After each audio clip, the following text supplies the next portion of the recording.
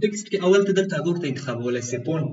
او فونټونه یو کیسه دا ده چې کوم فونټونه تا په ورډ کې انسټال وو فوټوشاپ کې عین هغه فونټونه خود به خوده راځي صحیح. ولې دلته هغه اندازې دي نیرو نری یې غواړي بولډ یې غواړي ایټالیک یې غواړي دلته ټول دا یو فونټو ته راځي په یوه کې موجود دي. اوس په ریل کې دا ټول شیونه موجود دي ممکن یو دغسې فونټ وي خالي بولډ پکې موجود وي وګوره بولډ او ریګولر پکې موجود دي بیا ډېر نه یو دوه دانې پکې موجود دي او سایز یې هم دلته ورته انتخابولی سي مثلا څو سایز کې لیکنه دې وسي مثلا که زه دلته لیکم ډېر سایز ورته انتخاب ده دا سایز ور له ور راکوم د سر یې ونیسئ په دې شکل باندې کولی سي هغه سایز ورته کم کړي مثلا که دلته لیکي نو یو شی پښتو لیکنه هم کې کېږي که پښتو نه کېدله ورته وابېړو مثلا دا اوس نه کېږي که نه په چپه خوا باندې ده صحیح و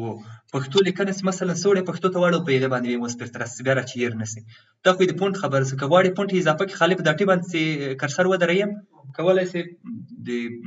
موس په یې خوا دې خوا وړلو سره هغه سایز ورته اضافه کړي که نه او بل دلته یو د ټکسټ لپاره لکه څه ورسې هغه موډونه موږ وویل په عکسونو کې هم راځي او په دغو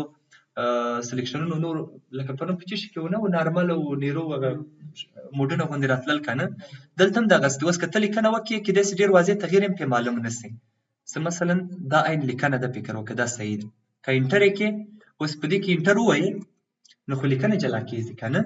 که غواړې چې دا لیکنه دې په دې حالت پاتې سي دغه مثلا هغه د اکسپټ علامت غواړې ووایې نو هر وار خو ته کرسر دلته نه سي راوړی چې دا جای به وایې کنټرول انټر ووایه نور به دا لیکنه په خپل حالت باندې صحیح صحیح اوس په دغه لیکنه کې وګوره دا اوس نن د مطلب یو تغیر هم نه دی پې اپلای شارپ لږ تېره غوندې معلومېږي لږ تغیر یې تاسې ویلې ګورئ اسمازې کم کم تغیر کړي کرسپ لږ نرم کرسپ په کېدای سي نرم ته یایي سټرانګ به لږ قوي غوندې معلومېږي سموت به لږ نرم معلومېږي او وینډوز ایل سی ډي دا معنی هغه پخواني وینډوزونو په رقم باندې کوم موډونه یې په یو شکل معلومېږي که نن یې هغه رقم یې هغه څه ورښه راتلل بل د فونټ خبرې دي اوس به زه دغه پکې لږ واړه کړمه دا اوس را روان شی خو دا خوا د ورډ شی ده ګورئ نه ده چې مثلا لیکنه د کومې خواته منظمه سي مثلا که زه بېرته بیا دلته خو اوس پښتو ته اوښتی دا اوس ګوره په منځ باندې ځکه دلته ما منځ درته انتخاب کړی دی کولی سي مثلا دا واړه یې ورته یا یوه سنډ ته کې یا یې بلې سنډ ته کې او که دغه یې پکې ولاړ یې بیا به په یوه خطه باندې اپلای کېږي صحیح ده او د پاس په واله باندې نه کېږي که غواړې چې په ټولو یې اپلای کړي نو کنټرول ای کوې به بیا په ټولو باندې سلیکټ لپاره بل د خط رنګ ده دلته خط رنګ هم د ستې خپله ورته انتخابولی سي صحیح ده مثلا دا مختلف رنګونه دي ستې جوړولی سي او په دې کې یو کیسه شته ګوره دلته نو ګریډینټ رنګونه نشته یو رنګ به خالي خط ته ورکوي او ګریډینټ رنګونه خو ضرور دي پکې ځکه په ډېرو لیکنو کې کارېږي خو په هغه باندې یو ورځ مشخص درس ولرو اوس دا لیکنه نه ده ګوره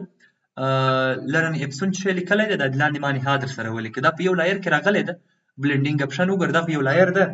په لایر باندې بیا هغه شیونه اپلای کوي دغه باندې به یو ورځ مشخص بحث وکړو دلته رنګونه پکې ورکول کېږي باډر ورکول کېږي ستوري ورکول کېږي دغو شیونو لپاره دا به سبا کار پرې وکړو نو دا معنی د اوس لپاره خالي دلته یو رنګ ورته ورکول کېږي او یو تر ټولو مهمه کیسه چې په دې کې راځي هغه دغه ټي ده وګورئ د لاندې کږه کړۍ ته راتاو ده په لوګوګانو کې څه لیکلي یا په دروازو باندې چې کږې خط لیکل سوي د هغو لپاره په کار کېږي زه به دغه نهاد لرې کړم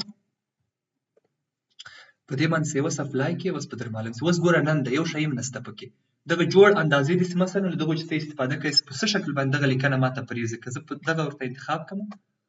وګوره په دې شکل باندې دغه بیا هم د تا په واک کې درکول کېږي صحیح ده مثلا د لاندې خواته یې کوي ډېره یې کوي لږ یې کوي نور هغه شیپ به تا جوړ کړی لوګو به دې جوړه کړي که نه نو په یغه شکل به لیکنه ورته جوړوي دغه هورزنټل او ورټیکل یې مثلا ورته معلوموي هغه د لیکنې یو سر او بل سر ورته غوټوي نری کوي صحیح او دغه نور بېلابېلې نورې اندازې دي مثلا په دې شکل باندې غواړې په دې غواړې پلک د بیرغ په شکل باندې غواړې وګوره هغه ګوهر استاد ډېرې لیکنې دا رقم کارولي دي تاسې دا کړی که نه د بیرغ په شکل یې غواړې رایز یې غواړې نو دا معنی هغه جوړې اندازې نور بیا تاسو ترسره وګورئ چې هر یو پکې خوښه راتله هر یو لوګو ته برابر راته په هغه رقم باندې نور تغیرات راغلل اوکې یې کړه دا لیکنه په هغه شکل باندې جوړه انشاءالله په دې کې به کوم شی نه وي پاته